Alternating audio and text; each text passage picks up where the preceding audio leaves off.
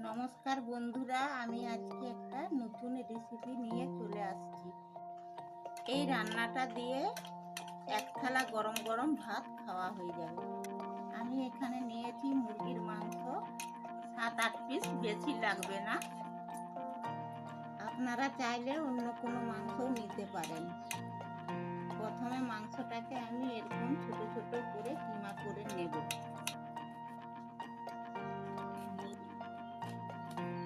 এই রেসিপিটা রান্নার জন্য বেশি মাংসর প্রয়োজন হয় না। এই দেখো বন্ধুরা, আমি মাংসটাকে একবারে ছোট করে কিমা করে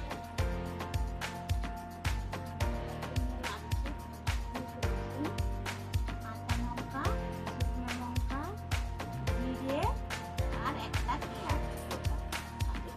কড়া গরম হয়ে গেছে, আমি গরম কড়াতে তেল দিয়ে দিচ্ছি। তেল কিন্তু বেশি লাগে না, অল্প তেলতেই প্রথমেই আমি কিমা করে মাংসটা তেলের উপরে তুলে দিলাম।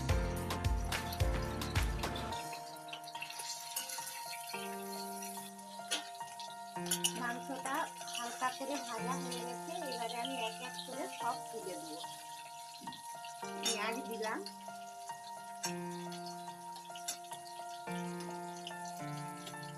গোটা রসুন দিলাম, কাঁচা লঙ্কা, শুকনো লঙ্কা কুচানো দিলাম,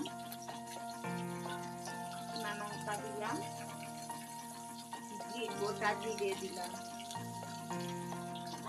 পরিমাণ মতন হলুদ, অল্প আমি নুন দিলাম।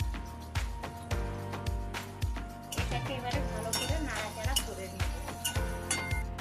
ভালো করে ভাজা হয়ে গেছে, এবারে আমি তুলে নিচ্ছি প্লেটে ঠান্ডা করার জন্য।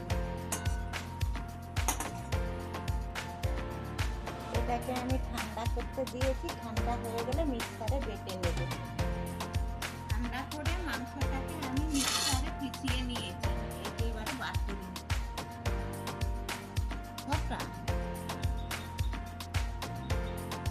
আমার রান্না রেডি। এটা গরম ভাতের সঙ্গে আমি পরিবেশন করব। ধন্যবাদ। গরম ভাতের সঙ্গে ভর্তাটা মাখিয়ে আমি খাচ্ছি।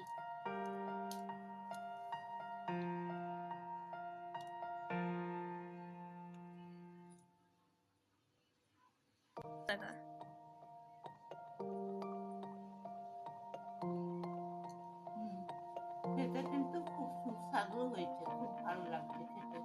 আপনারাও বাড়িতে বানিয়ে খাবেন এইভাবে ভর্তা।